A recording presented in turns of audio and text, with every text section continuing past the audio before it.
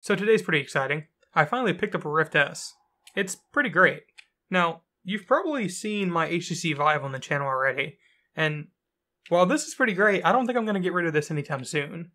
For a few reasons. My Vive is like fully upgraded, so my first reason for not getting rid of it anytime soon is the deluxe audio head strap. If you don't know, it doesn't come default. It comes with like this weird elastic band type thing that straps it to your head. It's really not great. It also doesn't have headphones, unless you have your own, but it's really annoying to try to fit those over the strap. The deluxe audio head strap, while it's $100 extra, is fantastic. It gives the headset a more rigid feel and uses a cranking like screw type thing on the back to adjust the fit to your head, kind of like all the other headsets now do. It works really well, and the integrated headphones are great. The second and probably the biggest reason, to be honest, why I wouldn't get rid of my Vive anytime soon, is simply the wireless module. It's awesome. I mean, sure, it makes you look like an alien when you have it on, but wireless is amazing. Like, who wants to deal with cords in the floor? I mean, you can trip over them and fall. That's frustrating. They get tangled up around your feet. You have to stop every so often to untangle the cord because you've been turning around in circles in VR. No one wants to deal with that. Unfortunately, the Rift S doesn't have a wireless module right now. The original Rift did, but the Rift S doesn't seem to support it for some reason. Hopefully that'll change. I could also upgrade to the Valve Index controllers if I want to later on. That'd be a really nice upgrade, seeing as all the Valve Index and the HTC Vive stuff is pretty much backwards compatible. Now, these aren't terrible controllers. They're okay, they feel nice and weighty in the hand, they have these nice clicky buttons, and they don't feel like little toys that I might break like the Oculus touch controllers do. But I hate these controllers simply because the touchpads suck. I don't know what HTC was thinking when they designed this. I mean, it's cool, and I guess it does add 4 face buttons, you know, up, down, and the sides, but it's a terrible design. Because you sweat when you play VR. You know what doesn't work when you sweat?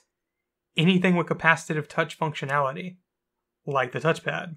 The Rift controllers, on the other hand, have, look, actual buttons. Like, I don't know, a controller, and even thumbsticks. Why could they not do this? It's a great controller. That's not saying they're perfect, though. In the short time I've had this, I have noticed one horrible design flaw that I don't understand why they did. So to preface this issue, I want you to think about the battery cover on a remote control for like an Xbox One or like a TV controller, anything. They all have one thing in common pretty much. A little plastic tab that holds it on unless you try to pull it off. It works really well. It's a pretty perfect design that no one should change. But Oculus decided to. They put the battery cover on the top, right where your hand would sit. And that's not even the worst part. I mean, I personally would have put it on the bottom, just cut a little thing here and have it where you could insert it like that, but that's not the worst part. The worst part is how they chose to attach it. Fucking magnets. My wife and I both had the cover come off in our hands while playing Beat Saber. And I also had it come off while I was playing Blade and Sorcery. Why is this a thing? Look, I get it. They wanted to innovate. It's a new technology, VR that is. HTC and Oculus both wanted to do something different. And that's great, but HTC just use thumbsticks. Oculus, plastic tabs. Why? All that being said, the Rift S does have much better visual quality than the Vive does. I knew it was going to be a little bit because, I mean, of course, it has a higher resolution display per eye, but it's quite different, actually. Things that I missed completely in games using the Vive, I see perfectly clear with the Rift S. Not to mention, looking at my own game in VR almost brought a tear to my eye. It looks even better than I thought it did. I think I'll do more of a breakdown on the differences between the Rift S and the Vive in another video at some point. But for now, I'm going to end this video so I can go enjoy it some more. Thanks for watching. Check out the playlist link below about my VR project.